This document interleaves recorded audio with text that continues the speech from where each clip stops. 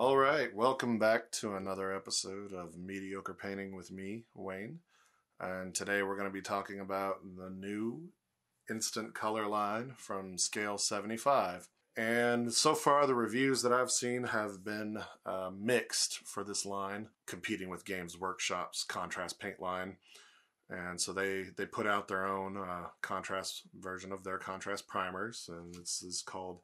Their gray is Ice Charm, and they have, of course, Bone Charm for the bone, and then they have Holy Charm, which is their white base primer that you're supposed to use for that. Last week we tried spraying these, tried airbrushing some models with these, and I didn't have a lot of success with that. Using the methods and the mixing that I normally would use to airbrush primer on to a model, I was not able to get what I would be happy with a primer coat with these. They don't spray direct from the bottle.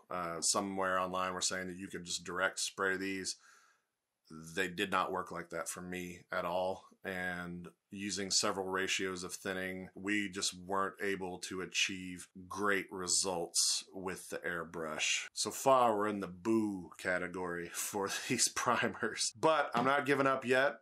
We did some brush-on primer on some models, and it worked okay. We brushed it on our texture palette here, just a quick brush coat. So we're just going to pick some colors to mess with today. For anybody not familiar with Scale75, when it's fresh off the shelf, the tip is sealed inside. So when you get your Scale75 paint, you need to make sure you have a needle or something by to puncture that inner seal. Otherwise, you're just going to squeeze and squeeze and... So, PSA, if it's a Scale75 paint, you got to poke it before you do it. But what's cool about this line is, if you can hear it clicking, it comes with a mixing ball inside. And if y'all have watched any of my other videos about mixing balls, you know I love them. So already we're plussing by it coming with a mixing ball. And this is the Salmon Fury. So let's see what we got. Synthetic brush, because when you're doing washes and inks and stuff and contrast paints, you don't want to use your nice sable brushes. I want to start over here on the Holy Charm, the white, and swatch this just a little bit. I'm already seeing from the very beginning on this that these are much thinner than the GW contrast paints. The Games Workshop contrast paints are almost like a cough syrup, and some of them are consistency. This is much thinner than that. This really seems to be like an ink more than a viscous contrast.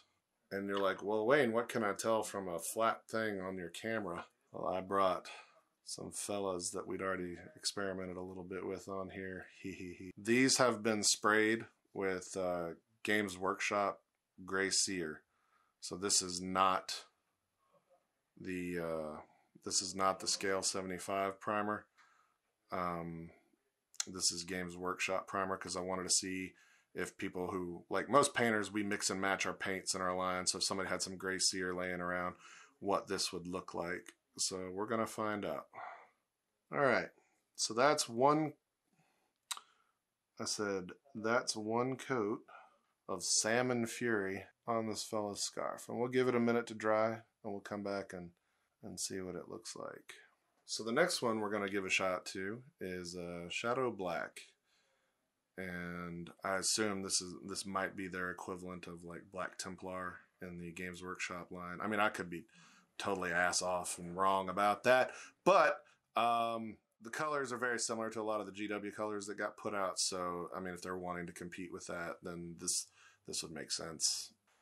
So first impressions are, it is definitely not as thick. They're not nearly as viscous as the Games Workshop contrast paints. This is really behaving like a wash, or a thicker ink wash. Not an ink per se, but because it's definitely applying more as such. You're not having to pull the paint around as much as you do with the GW one. But it also means that it's letting a lot more of that base coat show through. So I don't know if that's going to self-shade nearly as well as the Games Workshop Contrast. And I can already tell that this is definitely going to be blotchy when it dries. And I'd heard that from a couple of my customers who were usually pretty on top of buying all the new hotness that comes out, and they're real excited because, you know, people like Scale75. It's like the painter's paint line for a lot of folks. You can see where I painted this other fella here. That was done with the Golem Gray earlier off camera when we were, you know, practicing for this, because I think that's supposed to be the Basilicanum Gray. And that's one coat on that dude and on his robes, and you can see just really how speckly blotchy it is in one coat. Now, this yellow, on the other hand, which was the Estus yellow, because I wanted to try yellow because I play Imperial Fist and I'm always looking for cool yellows. The yellow looks pretty good over the gray because you get a lot of the show through of the undercoat, but it actually works as a nice highlight for that yellow. And this green, the toad green, is what I used on his turban here earlier, like I said, when we were practicing. But I really liked how that green turned out on that gray. I think it's really going to depend on that tonality that you're looking for. So far, from what we've done, these are definitely not a GW Contrast replacement for me in my paint rack.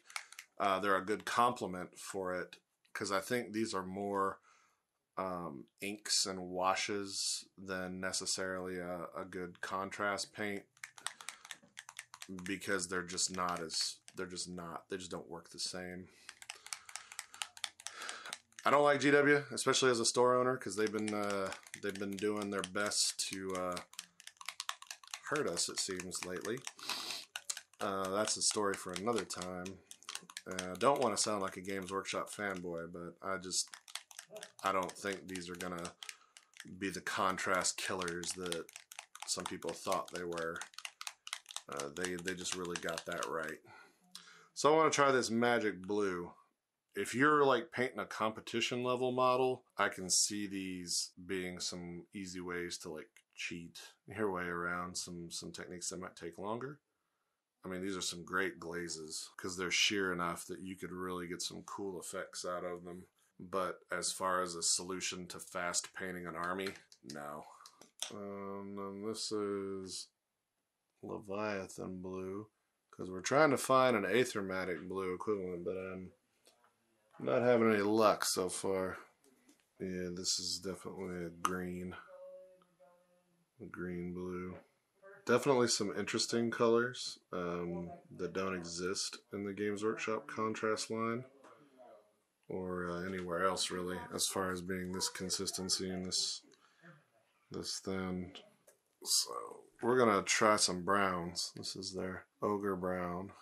This Ogre Brown is pretty close to what you get with Nasdrag Yellow from Games Workshop, which is a nice rich yellow-brown color.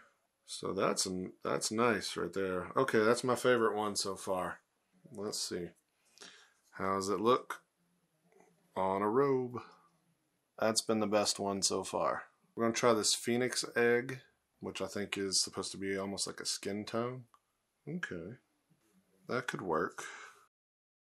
That ain't going to work over gray. Oof. That's awful. Okay, looks okay over the bone.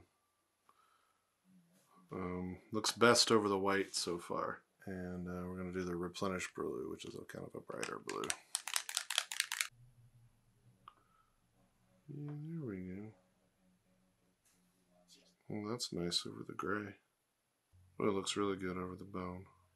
We were searching for an Aethermatic Blue, so we kind of went hard trying to find a blue, but they don't really seem to have it. This Replenish seems to be the closest that we've got. So I'm going to say my least favorite is their Ice Charm. for the gray. It works really well with blues and greens, but as we see with the beige brown, the skin tones and the yellows, just not as awesome. The bone is fine, the white is fine. It's definitely not the same as Games Workshop Contrast, but it is neat. You can get some interesting colors and interesting effects. I think, like most Scale75 stuff, this is going to be a painter's paint. I don't necessarily think it's one coat and knock out an army. It is much thinner than the GW Contrast paint, but I'm sure you could put another coat on there and get where you need it to be. I'm sure I'll get some negative comments about me not doing the right things or whatever, but you know what? F you. I'm trying them out too. But anyway, are they worth buying? Sure. Are they what they were marketed as? I don't necessarily think so. So I'm going to go ahead and say these are like 3 3/4 stars out of 5, because I definitely see the use for them. So anyway, hope you liked the video. Thanks for tuning in. Check out our online store at hardknocksgames.com or come visit us in the shop.